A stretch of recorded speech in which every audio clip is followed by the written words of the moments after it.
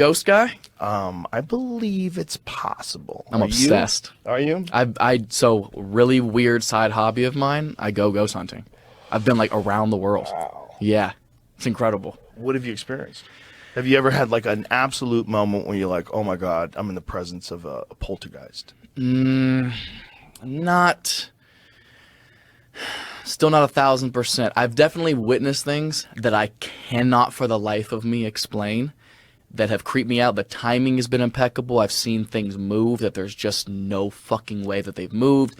I've gotten answers back on EVPs, but for me, it is one of those things I do need to see it. Isn't an EVP like a radio though? No, EVP is just a recorder. It's a recorder. What's that radio thing? I'm sorry then. What is the one where they like listen? There's a bunch of different names. My daughter's heavily into this shit. What does she watch? Heavily. Sam and Colby. You had them on, right? Yes. So great guys. So I met these other guys. There's another channel called the Overnight Channel who are equally as popular as Sam and Colby, and they actually used to work together. And I believe they split off and each do their own thing.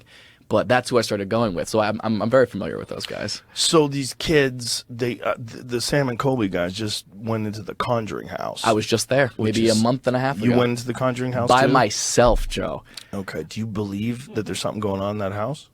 The Conjuring movies are fucking great. It's my favorite franchise. They're fun. And there's so many of them. They really did it right. Like, if you want to be smart, they branched off with The Nun. They branched off with Annabelle. And I love the way they tie in the story for each one to make it all one chronological story. It's genius. Yeah. I will say I wasn't as scared as I've been in a lot of places we've been. There is some kind of solace to the house, but you get to know the history of it, and it does make sense that there would be something here. I mean, it's on some ley lines of water underground. There was war spot there. There's apparently bodies buried on the property in the walls of the property structures and stuff. There's a lot of history that goes into it that just makes for like kind of the perfect storm for some creepy shit. But I didn't witness anything that was that insane. Some items moved. Some cars rolled off of the children's dressers a couple of times on cue. And that's the one thing I do pride ourselves in these videos is so often we get absolutely nothing because we don't fake anything.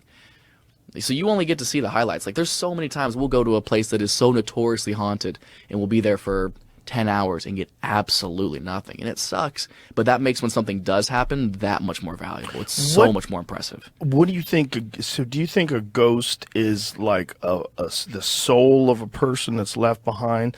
Or do you think the ghost is almost like space and time because of a horrible incident contain a memory? And like that memory is almost like it like shows up in current time sometimes. There's a guy named Rupert Sheldrake. I forget what his field of study is, but he had this theory about things, and he believes that objects contain memories. Oh, interesting. And he's not the only one that inanimate has this. objects? Yeah, that things contain memories. And this is one of the reasons why, like, people kind of universally support this idea that if someone was murdered in a house, you must inform the people that are about to buy it. You have to tell them, hey, somebody got murdered.